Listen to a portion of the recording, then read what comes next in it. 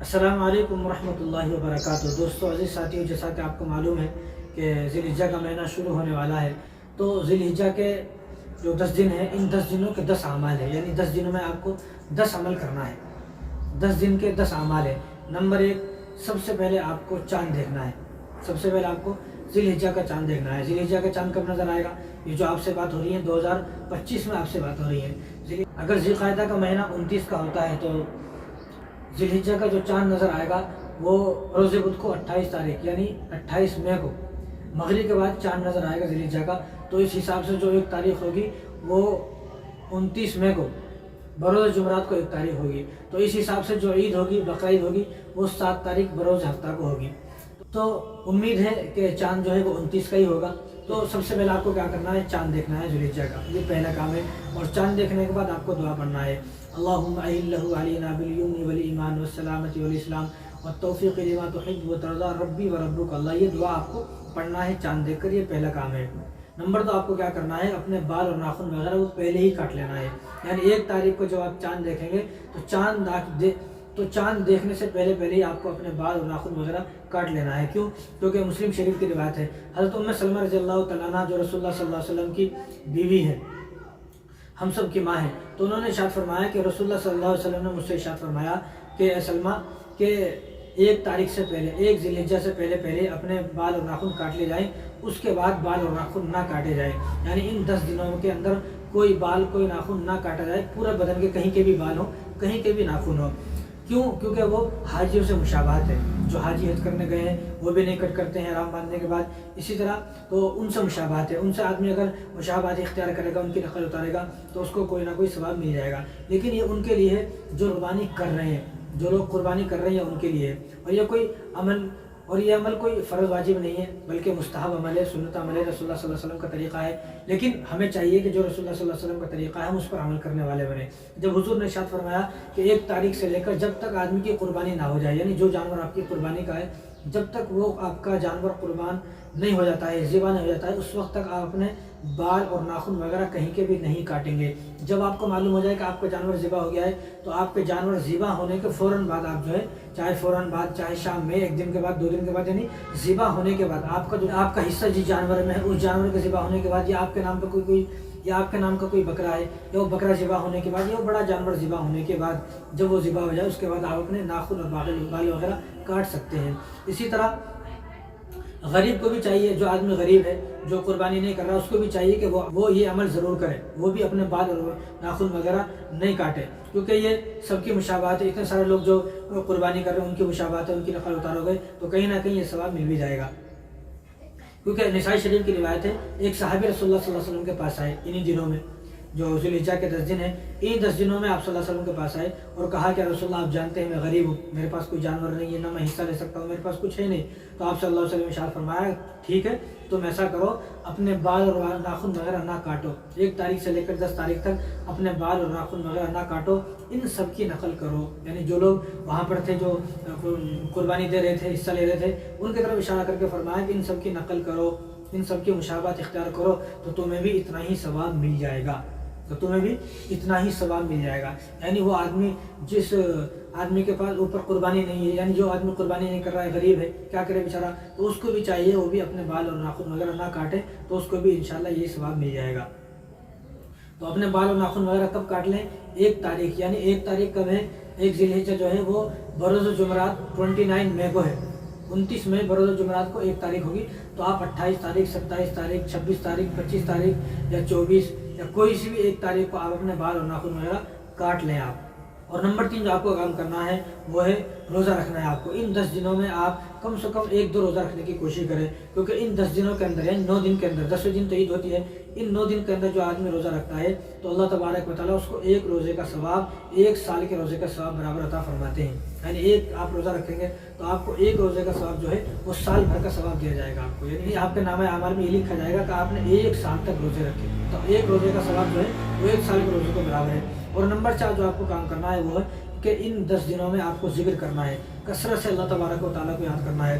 تو مسند احمد کی روایت ہے، صحابہ نے رسول اللہ صلی اللہ علیہ وسلم سے پوچھا ہم کیا پڑھیں ان 10 دنوں کے اندر؟ تو حضور نے ارشاد فرمایا کہ سبحان اللہ अल्हम्दुलिल्लाह, अल्लाहु अकबर और ला इलाहा इल्लल्लाह मुहम्मद रसूलुल्लाह ये कसरत से पढ़ा जाए। जितना ज़्यादा हो सके उतना ज़्यादा पढ़ने की कोशिश करें। और नंबर 5 जो आपको काम करना है वो ये कि अरफे की रात इबादत करना है आपको। अरफे की रात इबादत यानी कल अरफे का दिन है, 9 ज़िलहिज्जा है, तो आज आपको इबादत करना है। अब ये 9 ज़िलहिज्जा जो कल है, 8 ज़िलहिज्जा जो होती है, अब 8 ज़िलहिज्जा जो जून के महीने के हिसाब से मैं आपको बताता हूँ। जून के महीने के हिसाब से जो 8 ज़िलहिज्जा है वो 5 तारीख बरोज़ जुमरात को है।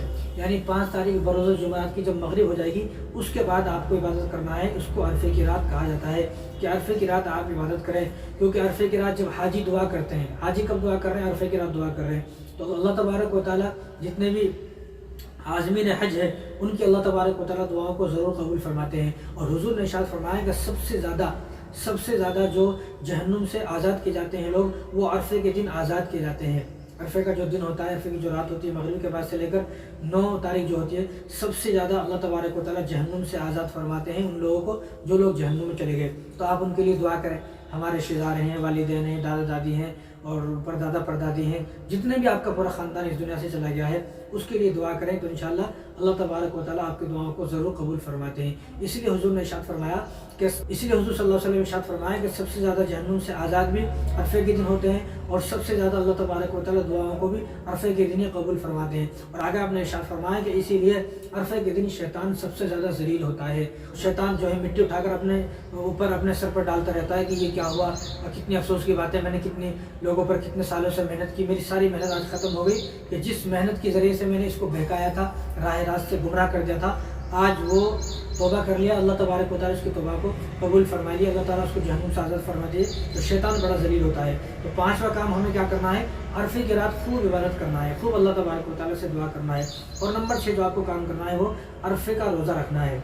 अरफे का रोज़ा यानी 9 ज़िलहिज्जा को आपको रोज़ा रखना है। अब 9 ज़िलहिज्जा कब है? 9 ज़िलहिज्जा बरोज़ जुमा को है। 9 ज़िलहिज्जा यानी जिस दिन आपको रोज़ा रखना है वो बरोज़ जुमा यानी 6 जून, बरोज़ जुमा 6 जून को 9 ज़िलहिज्जा है। जो आदमी 9 ज़िलहिज्जा का यानी अरफे के दिन का रोज़ा रखता है तो अल्लाह तबारक व तआला उसके 2 साल के गुनाहों को माफ़ फरमा देते हैं, एक आने वाला साल, एक गुजरा हुआ साल।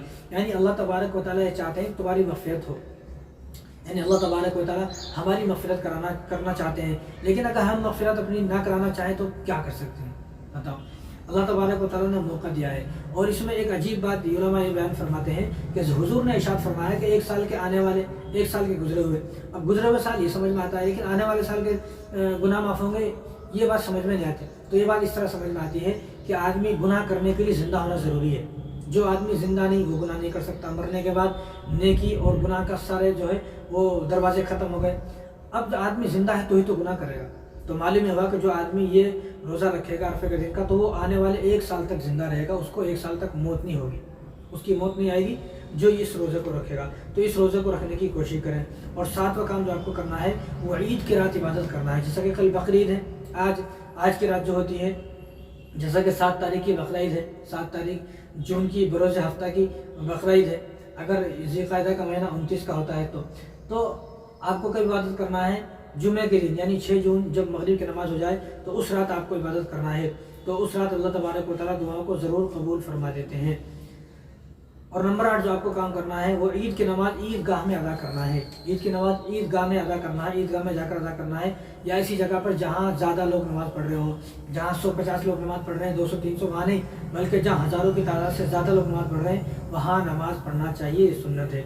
नंबर 9 जो आपको काम करना है वो कुर्बानी करना है। कुर्बानी यानी इन 3 दिनों के अंदर रसूलुल्लाह ने इरशाद फरमाया कि अल्लाह तबारक व तआला को सबसे ज़्यादा अगर कोई पसंद है काम तो वो कुर्बानी करना है। कुर्बानी करने के अलावा एक कुर्बानी है 5000 का हिस्सा है, एक आदमी ऐसा है वो 5 करोड़ रुपए इन 3 दिनों में तकसीम कर देता है। तो जिस आदमी ने इन 3 दिनों के अंदर यानी जो कुर्बानी के 3 दिन है, इन 3 दिनों के अंदर अगर कोई आदमी 5 करोड़ रुपए तकसीम कर दे तो उसको वो सवाब नहीं मिलेगा जो इस आदमी को सवाब मिलेगा जिसने 5000 में एक हिस्सा ले लिया। तो इसलिए हुज़ूर ने इरशाद फरमाया कि इन 3 दिनों के अंदर सबसे अफजल अमल अगर कोई है तो वो कुर्बानी है, तो कुर्बानी की जाए। और 10वां काम जो है वो कुर्बानी करने के बाद अपने गोश्त के 3 हिस्से किए जाएँ, एक अपने लिए रखे, एक अपने रिश्तेदारों के लिए, पड़ोसियों के लिए, एक गरीबों के लिए। यानी गरीबों का भी ख्याल करना है, गरीबों को भी गोश्त जो है वो तकसीम करना है। ऐसा नहीं कि आदमी ने खुद सारा गोश्त रख लिया और गरीबों को कुछ नहीं दे रहे। तो ये 10 काम है। ان 10 دنوں کے یہ 10 کام ہیں جو آپ کو کرنا ہے. چاند دیکھنے سے لے کر قربانی تک آپ کو یہ 10 کام انشاءاللہ کرنا ہے. اللہ تبارک و تعالی ہم سب کو عمل کرنے کی توفیق عطا فرمائے.